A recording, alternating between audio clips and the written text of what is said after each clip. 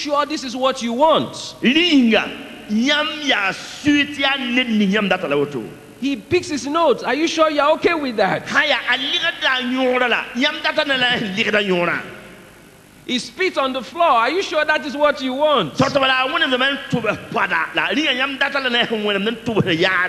His mouth stinks. Are you sure that's what you want?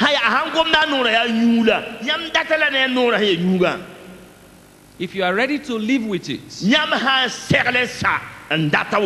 then go ahead. Does it mean that person cannot change? No. Anybody can change if they believe that what they are doing is wrong. The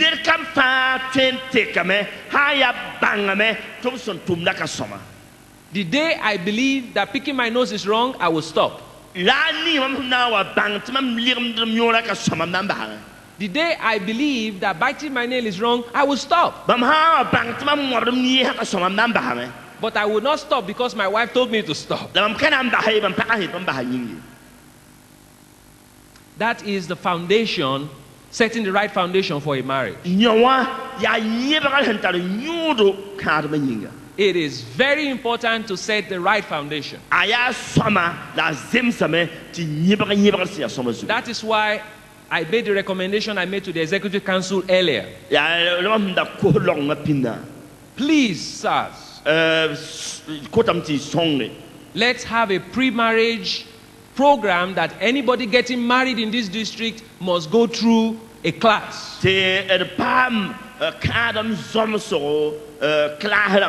That will include parenting. That will include communication and conflict resolution. That will include finances. That will include sex. Oh, by the way, we're going to talk about sex this afternoon. And I'm going to tell you in details what the devil has perverted in the Christian community.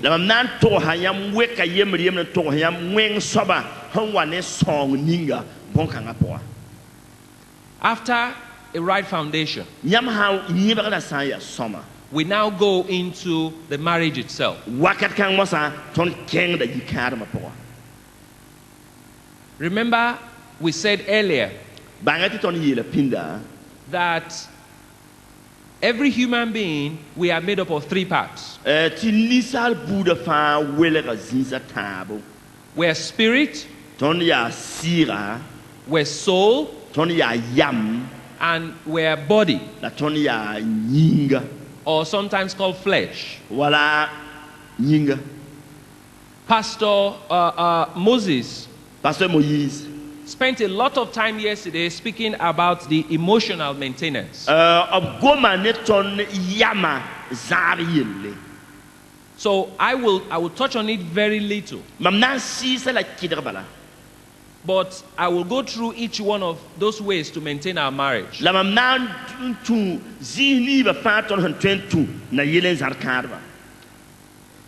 first time I came to Burkina was 2008. And our delegation had the privilege of meeting with the American ambassador at that time.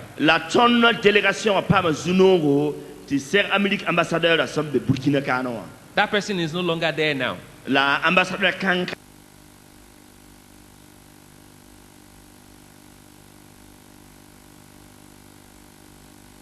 She believed all of us were American.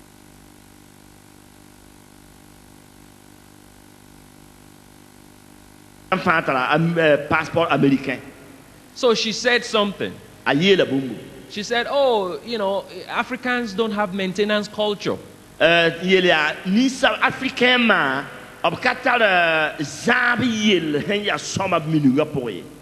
I told the person, I said, well, I'm American now, but I'm still African. Yela ya alfo ni mamza passport American ya passport bala ha kana menga we. Adam ya African. I said, however, what you said is true. La yela boso ne teka nyam yela ya sida. I spent the first 26 years of my life in Nigeria. Mam pipi pisla yoba mam zinda vindala Nigeria. And I've been blessed to go to a lot of African countries for ministry. La mam pa mazunu wakat kang menga ti pu Afrique te mahusro manwanam tumna. Somehow, what she said is true, we do not maintain anything. Ayela ya sida. Ton nisab mkatu ti nisab la bala nisab la betim hatala mit africain ma. Ton africain ma ka minimum ti za ton ka mi boom zar somay. Getting married is not the end of the marriage. Ti che kadam ka kadama tep la bewe. Getting married is just the beginning. Bangati che kadam ya kadama singli. We must get into the culture of maintenance. Ton torame ti zama boom zab ti boom zab liber ton minungu. You see, our marriage is a living thing. Bangati ton kadama ya bon vira.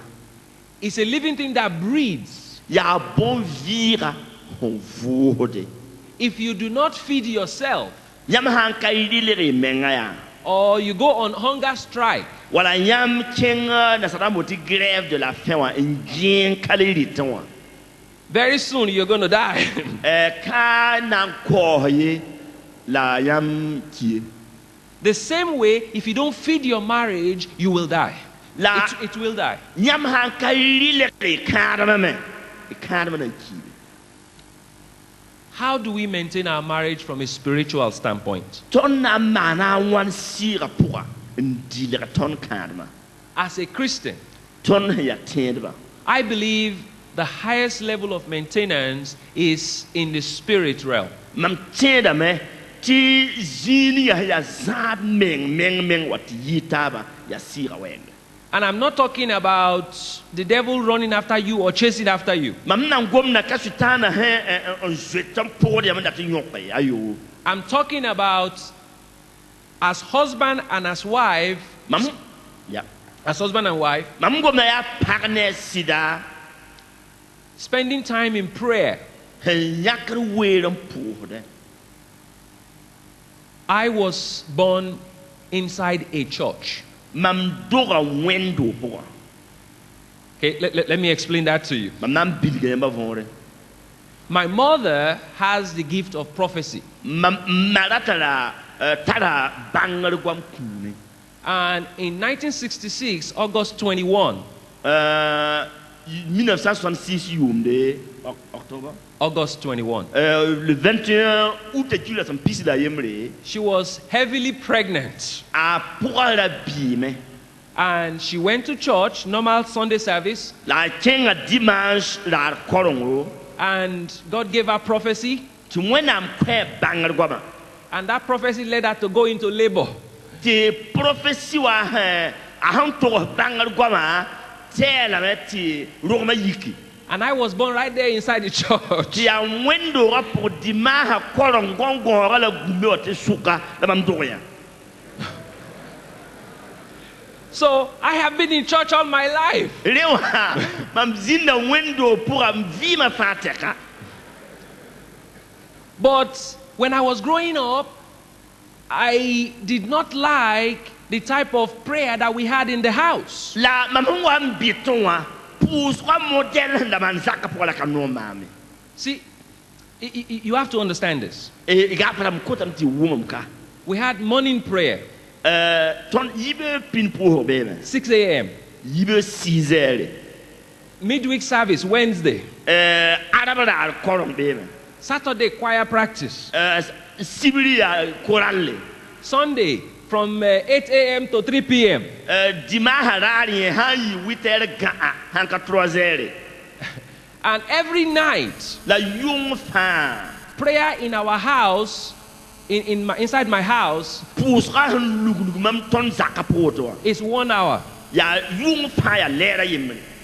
So by the time I became a teenager, La mam wa le bi pokol se wa. I became tired of church. Sa se la wendo ga yel je ye ba ma fa ma zanga. I did not want to have anything to do with church. Se mam yet sa